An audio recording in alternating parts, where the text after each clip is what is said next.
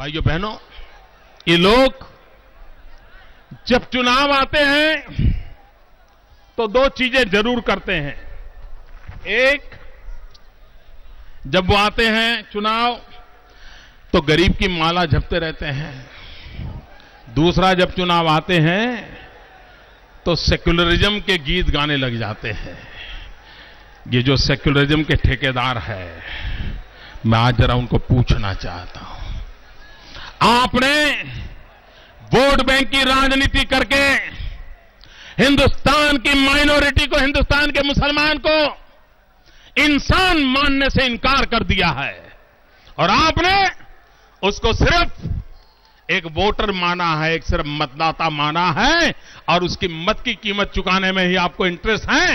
आपको कभी भी मुसलमान को भी हिंदुस्तान के नागरिक के नाते विकास के फल उसको भी मिले, उस दिशा में काम करने की कभी इच्छा नहीं हुई है, न किया है। 35 साल तक यहां पर कम्युनिस्टों ने राज किया, जो बिन सांप्रदायिकता की गीत गाते रहते हैं।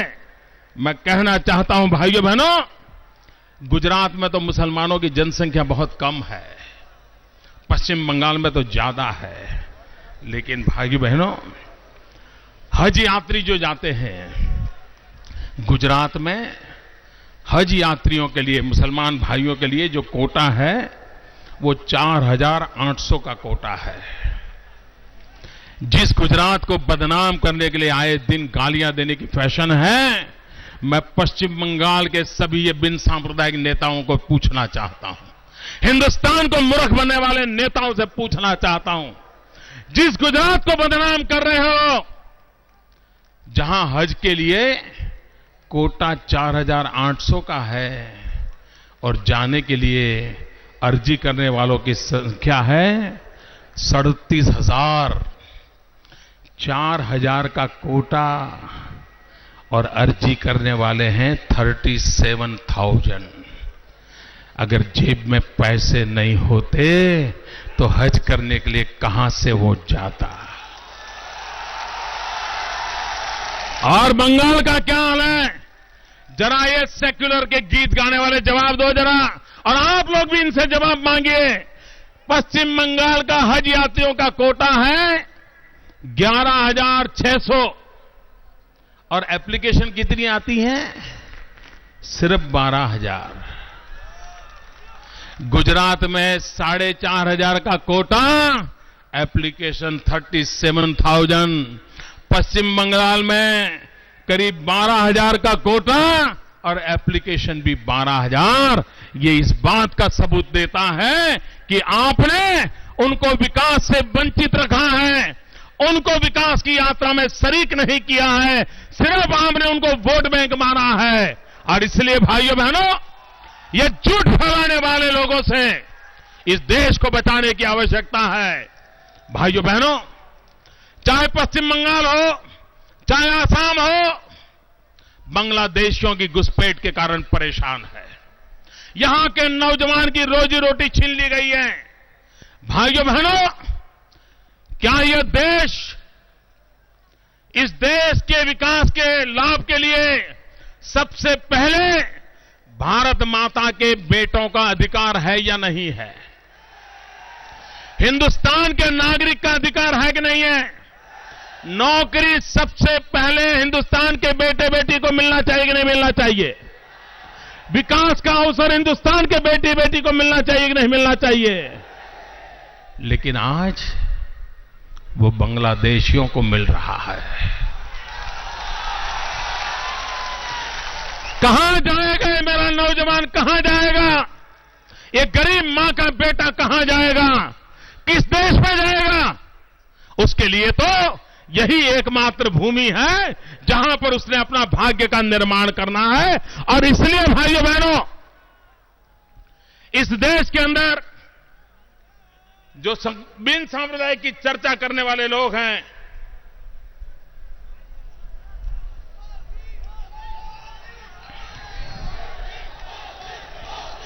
जो बिन सांप्रदायिकता की चर्चा करने की बातें करते हैं, भाइयों बहनों, मैं आज मेरी भी परिभाषा देना चाहता हूं। सेक्युलरिज्म की मेरी परिभाषा साफ है और मैं साफ कहता हूं कि सरकार का एक ही मजहब होता है, नेशन फर्स्ट। सरकार का एक ही धर्म ग्रंथ होता है, भारत का संविधान। सरकार की एक ही भक्ति होती है, राष्ट्रभक्ति। सरकार की एक ही शक्ति होती है, 125 करोड़ देशवासियों। सरकार की एक ही पूजा होती है, जनशक्ति की। सरकार की एक ही कार्यशैली होती है, सबका साथ, सबका विकास। इसी मंत्र को लेकर के हम आगे बढ़ रहे हैं। भाइयों बहनों, मैंने अभी आपको शुरू में कहा था कि आप पश्चिम बंगाल की सेवा करने का हमें मौका दीजिए। इस बार सबके सब सांसद कमल के निशान पर विजयी बना करके भेजिए। आपको डबल फायदा है, 3 गुना फायदा है, 3 गुना। यहां ममता जी को आपने परिवर्तन के लिए बिठाया है, वो विकास का काम करेगी। दिल्ली में आप मुझे बिठाओगे, मैं विकास का काम करूंगा। और मेरे ऊपर प्रणव दादा बैठे होंगे, वो तो आप ही के हैं। तो आपको 3-3 फायदा है, 3-3 फायदा। ये 3-3 फायदा आप लीजिए। लेकिन भाइयों बहनों, आज मैं कांग्रेस की उस कूटनीति की भी बात करना चाहता हूं। आप मुझे बताइए, जब श्रीमती इंदिरा गांधी की हत्या हुई, राजीव गांधी कलकत्ते में थे, वापिस गए। लोकतंत्र तो ये कहता है कि उस समय श्रीमती इंदिरा गांधी की सरकार में जो सीनियर मोस्ट मिनिस्टर थे, वो श्रीमान प्रणब मुखर्जी थे।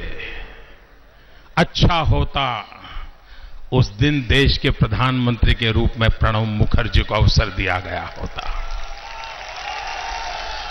नहीं दिया। इतना ही नहीं, इस परिवार को लगा कि कुछ चल रहा है, तो बाद में जो सरकार बनी श्रीमान राजीव गांधी की, सीनियर मोस्ट मिनिस्टर प्रणब दा, उनको मंत्री परिषद में भी लेने से इनकार कर दिया। मेरे बंगाल के भाइयों बहनों, इन चीजों को भूलना मत, ये मैं आग्रह करता हूं।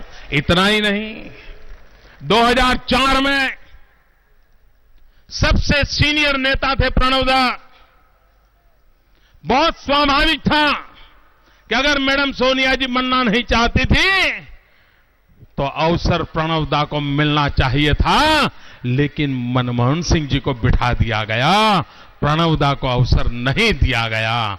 भाइयों बहनों, ये कांग्रेस पार्टी के जो कारनामे हैं, उन कारनामों को हमें समझने की आवश्यकता है। और इसलिए भाइयों बहनों, आज जब मैं आपके बीच आया हूं, तब भारत कैसा हो, हमारा विजन क्या हो, हमारा मिशन क्या हो, उसको अगर कम शब्दों में कहना है तो गुरुदेव रविंद्रनाथ टैगोर हम सबके लिए मार्गदर्शक सिद्धांत छोड़ के गए हैं। सपनों का भारत कैसा हो, और गुरुदेव ने हमें कहा है। और जब मैं कहता हूं माय आइडिया ऑफ इंडिया, आज गुरुदेव को स्मरण करते हुए मैं कहना चाहता हूं, चित्तो जेथा भोईशुन्नो उच्चो जेथा शीर, ज्ञान जेथा मुक्तो जेथा गुहेर प्राचीर, अपनो प्रांगणो तोले दिवोशो शौरभोरी, बोशुधारे राखे नाई खंडो खुद कोरी, भारतेरे से ही खड़गे करो जागोरी तो।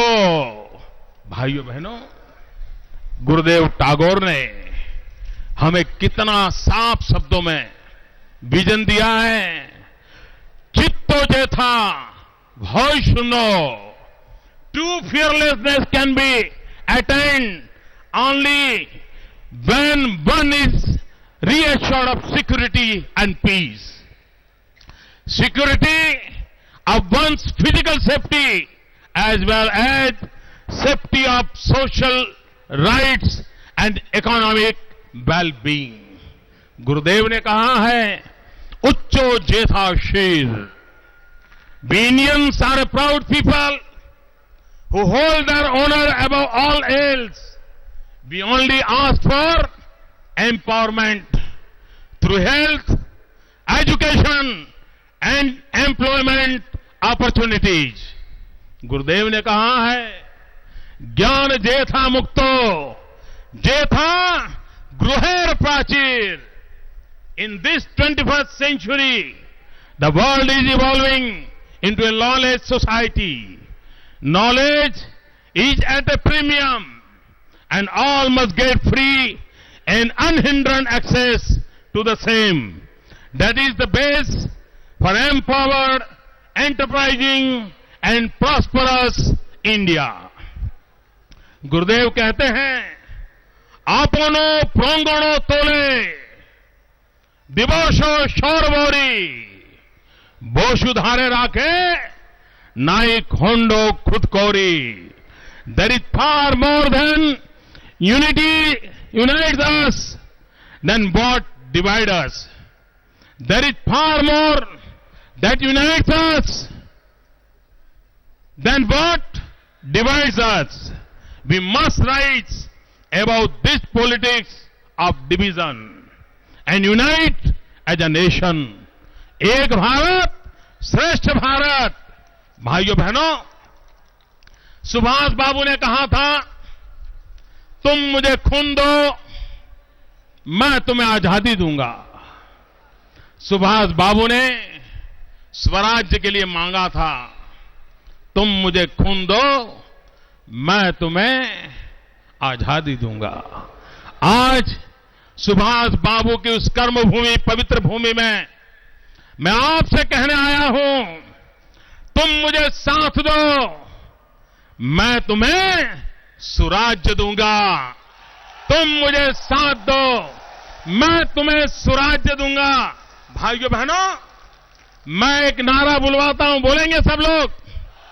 पूरी ताकत से बोलेंगे, दोनों मुट्ठी ऊपर बंद करके बोलेंगे. देखिए, आपके बंगाल में एक बात घर कर गई है. कोई भी बात है, चोलबे ना, चोलबे ना, मालूम है ना? चोलबे ना, हर चीज में कहते हैं ना चोलबे ना. आज मैं उसकी नई परिभाषा करने चाहता हूं. मैं नारा बुलाऊंगा, आप लोग बोलेंगे चोलबे ना, चोलबे ना बोलेंगे. राजनीति में हिंसा और गुंडाराज, राजनीति में हिंसा और गुंडाराज, भ्रष्ट शासन, भ्रष्ट शासन, हर रोज हड़ताल, हर रोज हड़ताल, बिजली बिना अंधेरा, बिजली बिना अंधेरा, औद्योगिक पलायन, औद्योगिक पलायन, मां बहनों की असुरक्षा, मां बहनों की असुरक्षा, युवाओं की बेकारी, युवाओं की बेकारी. भाइयों बहनों, हम सब इस मंत्र को लेकर के आगे बढ़े और मैंने वादा निभाने की तैयारी है. अब वादा आपको निभाना है और देखिए हम सब मिलकर के पश्चिम बंगाल के भाग्य को कैसे बदल सकते हैं. मेरे साथ बोलिए वंदे. पूरी ताकत से बोलिए भैया, वंदे. ऐसे नहीं, मुट्ठी बंद करके पूरी ताकत से बोलिए. ये मंत्र यहीं से तो गूंजा था. वंदे वंदे वंदे वंदे वंदे वंदे वंदे.